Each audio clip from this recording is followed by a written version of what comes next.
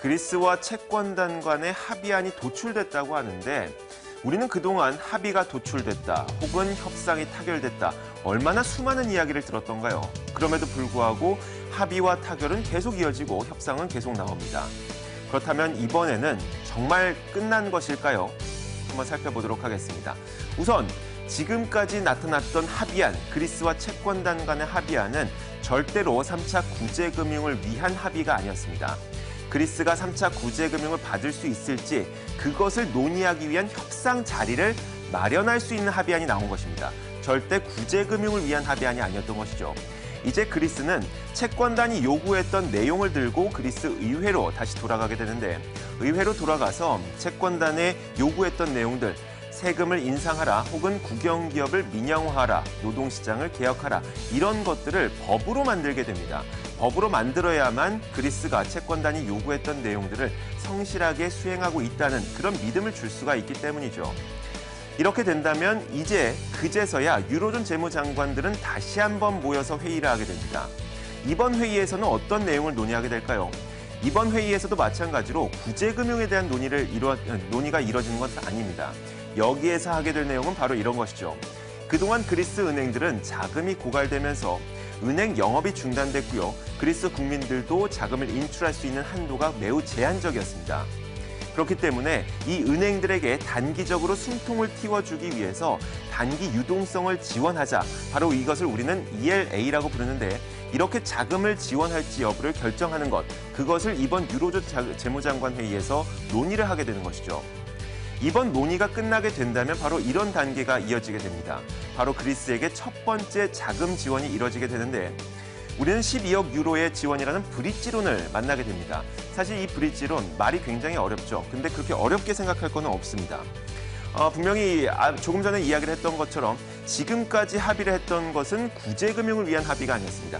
구제금융을 받기 위한 협상 자리를 마련할 것인지 이 협상 테이블을 위한 이 합의였는데 협상 테이블까지 가기 위해서 아직까지 오랜 시간이 남아 있습니다. 그렇기 때문에 이 오랜 시간 동안 공백기가 남아 있을 수밖에 없죠.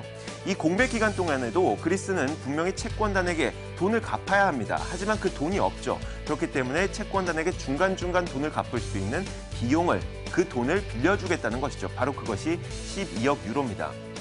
이런 것들이 통과되고 나서도 장애물이 또 있습니다. 바로 그 다음 장애물은 다른 유로존 국가들의 동의를 얻어야 된다는 것인데 유로존이라고 하는 것은 말 그대로 유럽 지역의 경제 공동체입니다. 그렇기 때문에 그리스에게 자금을 지원하거나 구제금융을 지원할 때 몇몇 국가만 모여서 결정을 할 수가 없습니다. 모든 유로존 국가들의 동의가 있어야만 그리스에게 자금을 지원할 수가 있는 것이죠. 이렇게 다른 유로존 국가들의 승인까지 거쳐야만 바로 그리스는 3차 구제금융 협상 자리에 그 협상 테이블에 앉을 수가 있게 되는 것입니다. 말 그대로 협상 테이블에 앉는 것이기 때문에 그 이후에도 협상 자리에서 채권단과 그리스 간의 의견 차이가 있게 된다면 협상도 꽤 오래 길어질 수가 있는 것이겠죠. 이렇게 앞으로도 정말 많은 수순이 남아있고 그 중간에 돌발 변수도 많이 있습니다. 몇 가지 돌발 변수를 살펴보도록 하죠. 자, 첫 번째 예상되는 돌발 변수는 이겁니다. 조금 전 이야기를 했던 것처럼 그리스는 채권단이 요구했던 내용을 들고 이 그리스 의회로 돌아가게 됩니다. 그리스 의회로 돌아가서 채권단이 요구했던 내용을 법제화시켜야 되는데 그리스 의회에 있는 의원들은 채권단이 요구한 내용이 너무나도 가혹하다면서 반발을 할 수가 있는 겁니다. 이렇게 반발한다는 것이 단순 반발에서 끝나는 것이 아니라 그리스 의회를 통과하지 못하게 될 경우 그리스는 다시 한번 수렁에 빠질 수가 있게 되는 것이죠. 그렇기 때문에 이것은 꽤 큰 장애물로 작용을 할 수가 있습니다. 또 한 가지는 이겁니다. 그리스를 제외한 다른 유로존 국가들의 승인을 함께 얻어야 된다고 했습니다. 하지만 현재 유로존 다른 국가들에서 그리스에 대한 내부 여론이 만만치가 않습니다. 그렇기 때문에 그리스에게 구제금융을 지원한다고 할 때 그것에 반대하는 국가들이 꽤 많을 수가 있다는 것이죠. 이런 것도 역시 그리스가 구제금융을 받기까지 꽤 오랜 시간이 걸릴 수가 있다는 것이고 그리고 중간에 돌발 변수도 나올 수가 있다는 것입니다. 모든 것을 정리해보자면 지금까지 나온 합의안은 구제금융을 받기 위한 합의안이 아니었습니다. 구제금융을 협상을 하기 위한 협상 테이블을 만들기 위한 합의안이었는데 그렇기 때문에 아직까지도 그리스에 남아있는 내부 잡음, 그리고 유로존 내부에 남아있는 이런 여러 가지 잡음들을 해결해야만 그리스는 3차 구제금융을 받을 수가 있다는 것이죠.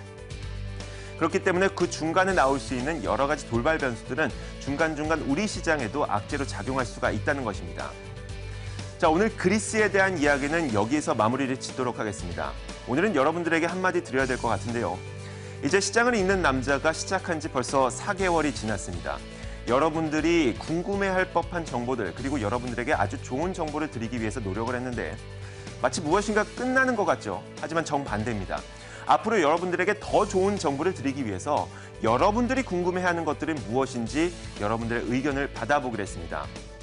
머니투데이 방송 홈페이지 오마이스탁 이 시청자 게시판에 들어오시거나 혹은 여러분들이 지금 사용하고 있는 카카오톡을 통해서 시장남에게 이것이 궁금하다고 의견을 보내주시면 제가 그 의견을 받아서 여러분들의 궁금증을 직접 해결해 드리도록 하겠습니다. 시청자 여러분들의 많은 참여 부탁드리겠습니다. 시장을 읽는 남자였습니다.